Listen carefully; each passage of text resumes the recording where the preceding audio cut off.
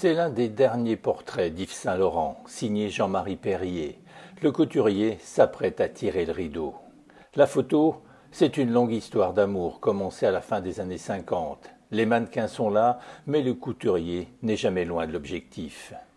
La photo a un rôle central dans la vie d'Yves Saint-Laurent et dans l'histoire de sa maison de couture. Elle est un médium dont il use pour se faire connaître. Une relation unique s'est tissée avec les photographes. Il leur ouvre la porte. Tous les grands auront photographié ses collections, mais aussi tiré son portrait à de multiples reprises. Yves Saint-Laurent a révolutionné la haute couture, mais aussi la manière de photographier les modèles. Dès 62, William Klein utilise une technique originale basée sur le principe de la double exposition. Un assistant utilise une lampe pour dessiner des formes dans les airs autour du modèle. Cela crée un vrai dynamisme et une mise en valeur des tenues.